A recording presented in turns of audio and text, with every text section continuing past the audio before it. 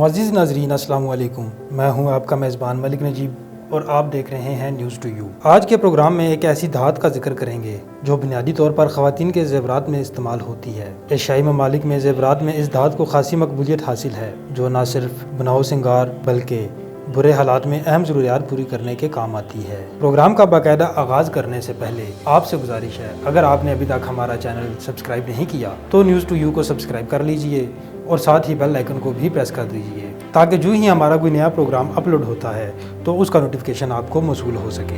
آج کے پروگرام میں بات کریں گے سونے کی۔ سونا ایسی دھات ہے جو آج اس دور میں عام آدمی کی پہنچ سے بہت دور ہے۔ دنیا کے مختلف ممالک میں سینٹرل بینک کے ریزرو کئی اقسام کے ہوتے ہیں جن میں سونے کے علاوہ دیگر غیر ملکی کرنسیاں وغیرہ بھی شامل ہوتی ہیں۔ سونے کا ذخائر میں موجود ہونا ایک تاریخی پس منظر رکھتا ہے۔ ڈالر کے عالمی تجارتی کرنسی بننے سے پہلے سونے میں عالمی تجارت ہوتی تھی۔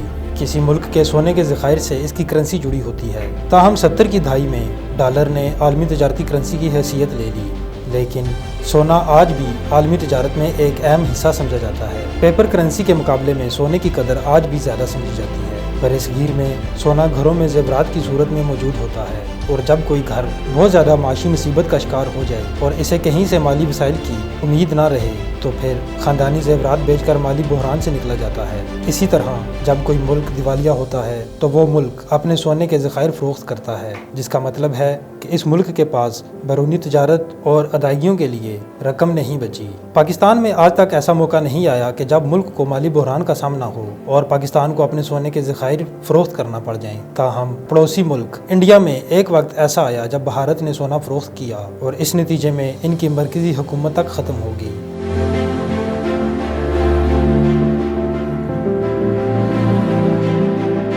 ناظرین، سونے کے ذخائر کے لحاظ سے امریکہ سر فہرست ہے، جس کے پاس 8133 ٹن سونا موجود ہے۔ پاکستان کے پاس سونے کے ذخائر 64 ٹن ہیں، جبکہ انڈیا کے پاس 703 ٹن سونے کے ذخائر موجود ہیں۔ 106 میں سے 27 اسلامی ممالک کے پاس 7.7% سونا ہے۔ یورپ کے پاس 50% سونا ہے۔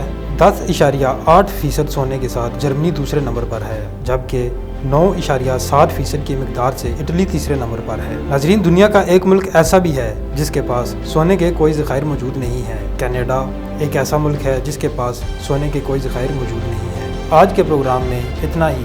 مزید اس طرح کی ویڈیوز کے لیے دیکھتے رہیے نیوز ٹو یو اور وزٹ کیجیے ہماری ویب سائٹ news2u.com.pk۔